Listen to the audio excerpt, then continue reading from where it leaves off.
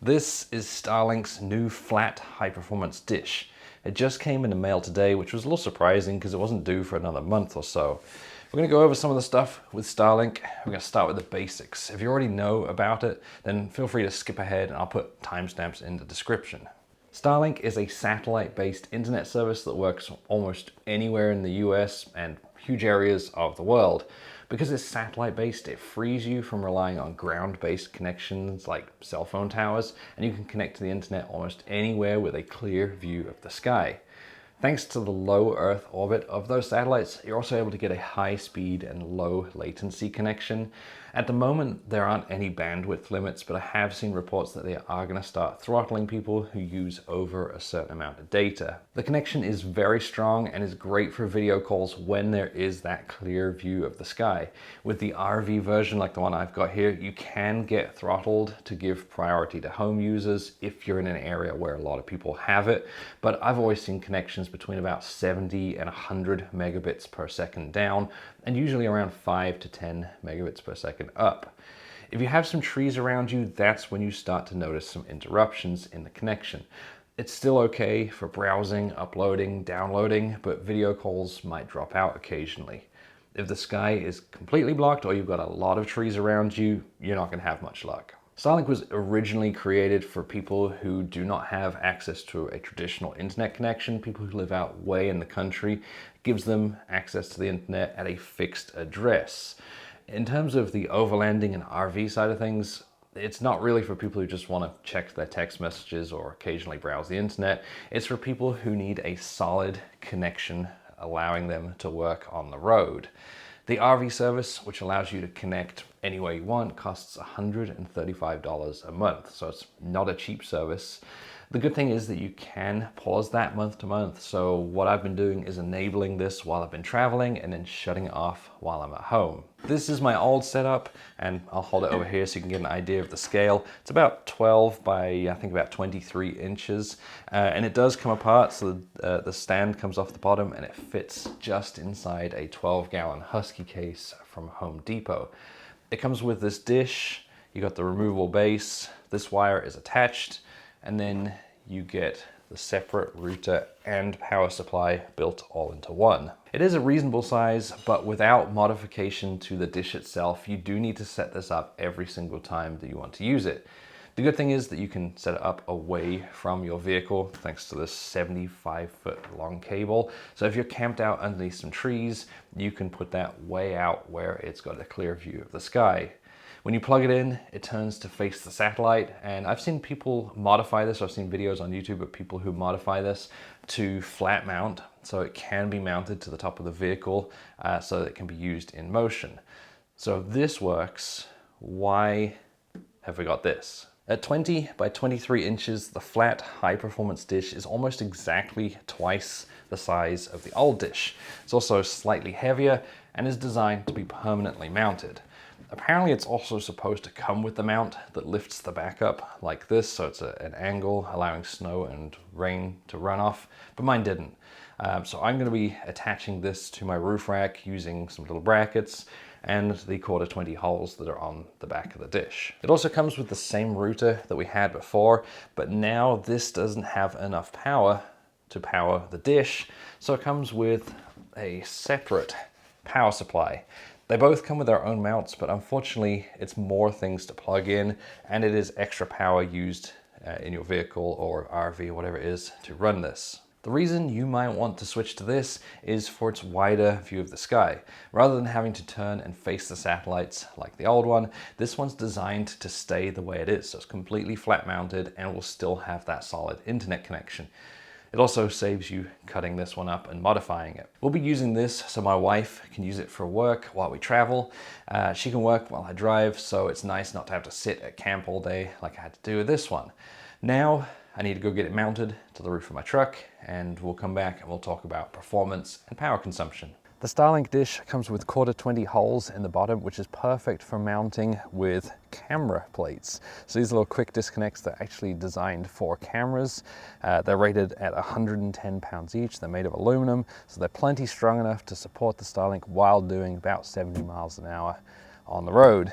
The only concern I have is they have little springs on the inside, so I'm concerned with them getting a little bit gummed up with dust. In terms of actually mounting, I wouldn't call the process quick exactly, but it's definitely a lot easier than trying to screw the whole thing in, because what you have to do is just get each of them lined up and then push down, and it's all snapped into place and it's held securely. Taking off again is kind of the reverse process. Again, not exactly easy, but much easier than unscrewing it. All you have to do is reach underneath and push the tabs that are holding it down, and it eventually pops off. Okay, it's off. There are two reasons I chose to do quick release plates rather than permanently mounting the dish to the roof of the truck. The first is that I don't actually need this mounted to my truck all year long. I don't want to be driving around town or leaving it parked outside the mall with a satellite dish up there. The second reason is that not everywhere that I camp has a clear view of the sky. If I'm camped underneath some trees, then I can take the dish off and I can set it away from the vehicle so it'll still work. If it was permanently mounted, then I'd either have to make sure that I camp somewhere where I'm not underneath trees, or I'd have to go without internet service in certain locations. Now I'm going to talk about the performance. Just to warn you, the video that you're about to watch is going to be choppy. For this part of the video, I figured that a practical demonstration would work best. You know, the people that are buying this dish are not buying it just to watch the occasional Instagram stories or to get text messages while they're out on the road. They're buying it to actually use for work, and one of the most challenging things is probably going to be a video call, because that needs a solid, reliable, uninterrupted connection. So we're going to test this out as we're driving right now at about exactly 70 miles an hour, set on the cruise control, driving down the interstate.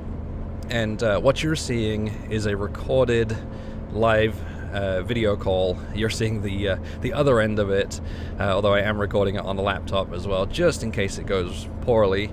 But any glitches you see, any lags that you see, are a result of a dropped connection, you know, either due to movement or going under a bridge or something like that.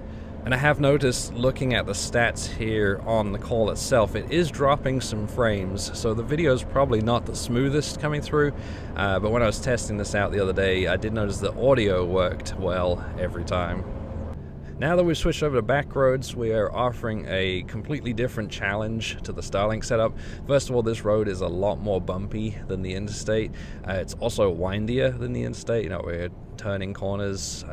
Did just do a couple of 90-degree turns on this back road.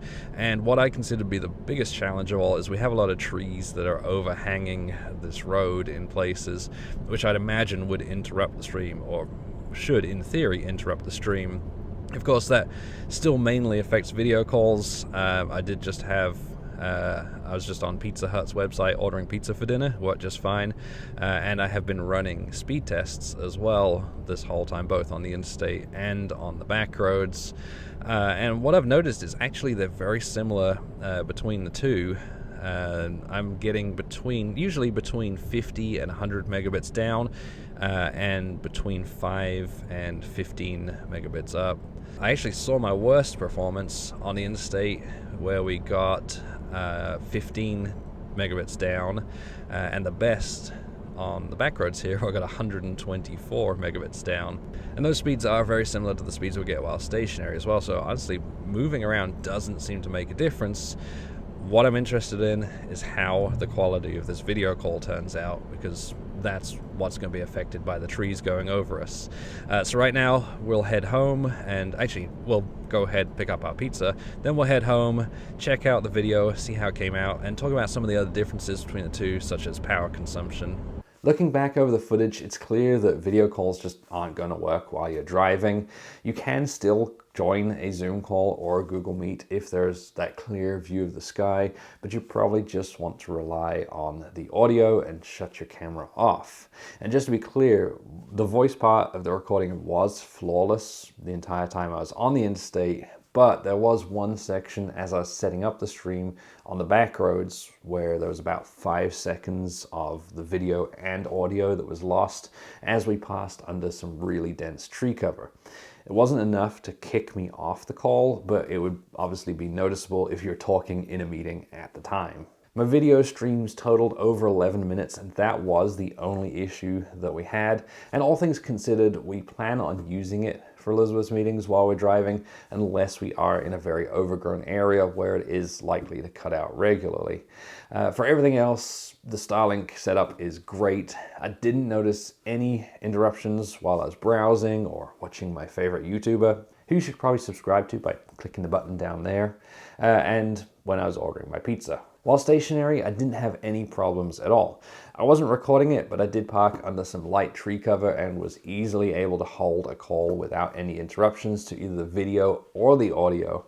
If we do end up having a meeting where we're in a forested area, we can obviously just pull up in a clearing while the meeting's going on and then leave afterwards. Connection speeds are also a little more steady while stationary and pretty much matched the 70 to 100 megabit speeds that we saw with the regular Starlink dish.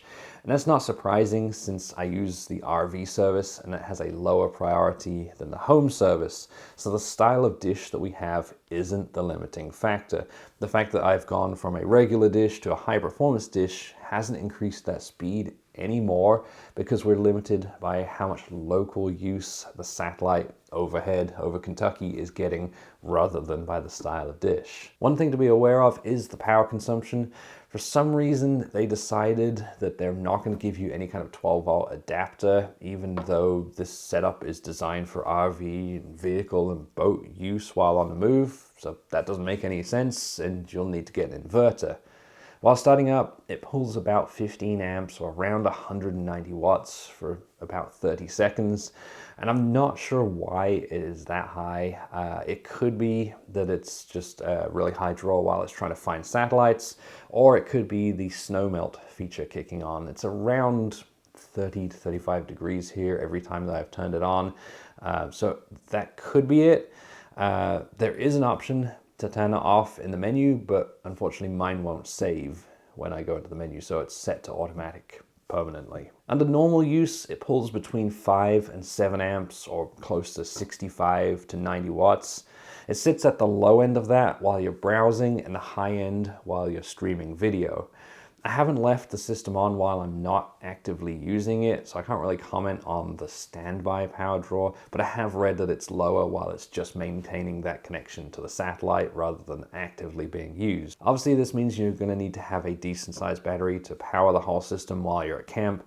I would recommend at least 100 amp hours of lithium batteries, or at least 100 amp hours of usable battery power. But the power draw is actually a little lower than I expected and is not a whole lot more than the regular Starlink dish that I used before. The final thing to talk about is the price difference between the two dishes. Neither of these are cheap. The regular Starlink dish is $5.99 plus $50 and then tax. The flat high performance dish that I just upgraded to is a huge $2,500 plus $50 delivery fee and then tax. And that's a lot of money. While having the ability to work on the road as we drive is really important to both me and my wife, I'm not sure it's worth that $2,500 now that we've tested it and seen some of the limitations, especially when you can just modify the regular dish for just a few $100s. And I'll put a link to one of the modification kits that I found in the description. If you're still here and want to see some of the trips that we take, check out these videos that are around me now. Thanks for watching.